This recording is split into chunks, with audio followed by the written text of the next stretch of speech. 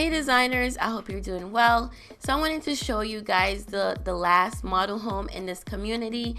It's named the Ebb Tide. Now it is the largest and the most expensive home in this community. So I wanted to show it to you guys. I love the architectural details, the mirrors on the wall, the brass accents throughout this model. It's beautiful.